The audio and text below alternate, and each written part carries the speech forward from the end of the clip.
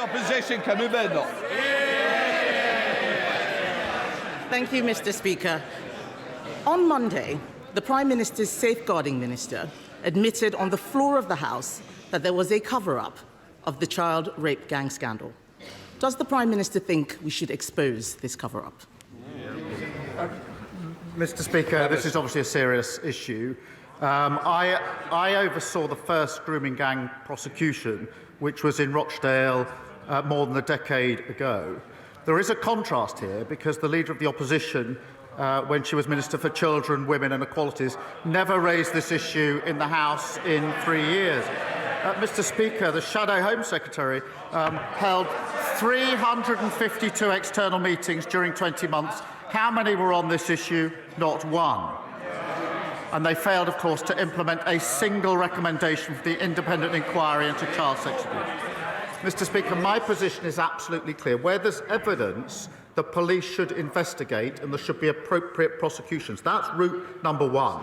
Route number two, we should implement existing recommendations, which did expose what went wrong. They weren't, those recommendations were not implemented by the last government. They're being implemented by this government. We are providing for local inquiries. We're investing more on delivering truth and justice for victims than the party opposite did in 14 long years. Mr. Speaker, in the last year of Conservative government, we had a gangs task force that found 500 perpetrators, protecting thousands of victims. We launched that inquiry that he's talking about, but more still needs to be done. It's now 4 months since I asked him for a full national inquiry. Instead, he promised 5 local inquiries. There will be one in Oldham. Will he now name where the other 4 inquiries will be? Prime Minister. Mr. Speaker, we are providing for local inquiries. This is a serious... Well, they've got so much to say now. Why did they not... Mr. Speaker, why did they not implement a single recommendation in the 14 years they had in office? We're taking forward those. There are recommendations already in place about the change that needs to be taken. They sat on a shelf under the last government. We are acting on them. We are providing for local inquiries, and we're investing more in delivering truth than they ever did. He cannot name a single place because nothing is happening. He stood there at the dispatch box, promised 5 local inquiries. Nothing is happening. On the last day of term, he had his minister come out to water down the promise to say they would provide funding. That is not good enough. At least 50 towns are affected by rape gangs. Places like Peterborough, Derby, Birmingham, Nottingham, Leicester, Rotherham, Rochdale and Preston. Is he dragging his heels on this because he doesn't want Labour cover-ups exposed?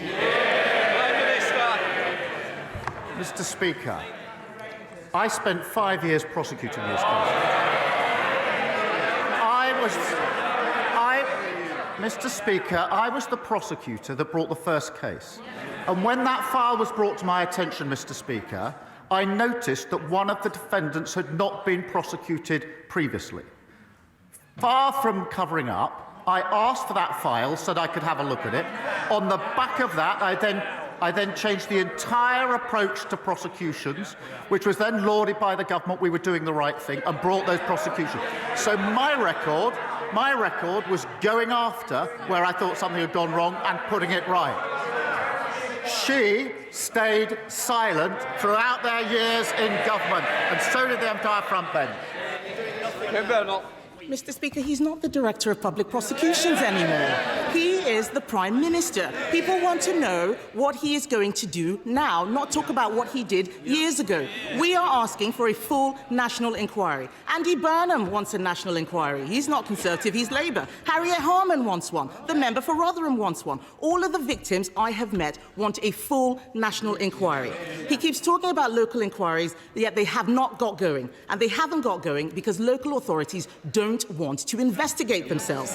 Local inquiries cannot force witnesses to appear. Local inquiries can't force people to give evidence under oath. So why won't he have a national inquiry? Mr. Speaker, we've had a national inquiry. We've had recommendations. There are hundreds of recommendations that have been made in relation to this issue. It is a serious issue. I strongly believe that we should implement the recommendations that have already been made. And that is what we are doing. I strongly believe we should listen to victims, and we've been listening to victims on this side for decades and working with victims for decades in relation to what they want, which is local inquiries, and we've set those local inquiries up. Kemi Badenoch. Mr. Speaker, he says we should listen to victims. The victims want a national inquiry. We haven't had a national inquiry. We had the child sex abuse inquiry, which Conservatives launched. There is still more to be done. It didn't cover this scandal in detail. In Manchester, just last year, authorities were still covering up abuse. The local inquiry chair there has quit. Bradford Council, an area of some of the worst abuses, refuses any inquiry, local or national. Whether it's the streets of Birmingham or the town hall of Bradford, it is chaos and cover-ups with Labour councils. When will he show leadership and do the right thing? The right thing is to implement the recommendations that we've got, which is what they palpably failed to do in government. The right thing to do is to have the national inquiries that we need, which is what the victims want. The right thing to do is to invest in our criminal justice system so we can bring people to justice. They've absolutely collapsed the criminal justice system. Prosecutions for rape under their watch, they go up or down. They went down to record lows. Investment in prosecuting these cases went down. Their record was abysmal. They should hang their heads in shame. Mr. Speaker, this is just distraction tactics. He hasn't read the recommendations, because if he had read the recommendations, he would know none of them would tackle this issue. The fact is, if I were standing where he is, we would have had a national inquiry months ago. This issue is personal for me. I have met many of the victims. This is about the protection of children. Nothing else is more important. In the last few days, Mr. Speaker, I've been to Wiltshire, Lincolnshire, Northumberland, Kent. All of them have outstanding children's social care. Do you know why, Mr. Speaker? Because they're all run by Conservatives. That's the difference that Conservative councillors make. Isn't the choice tomorrow between chaos and cover-ups under Labour councils or better services under the Conservatives? She says they'd have a national inquiry. 14 years. 14 years, and they didn't do it. It's so hollow. And yes, tomorrow is the first opportunity the country has to pass their verdict on the Leader of the Opposition and the party opposite after the general. Have they changed? Have they learned? It's passing verdict on the Leader of the Opposition. We'll see you next week.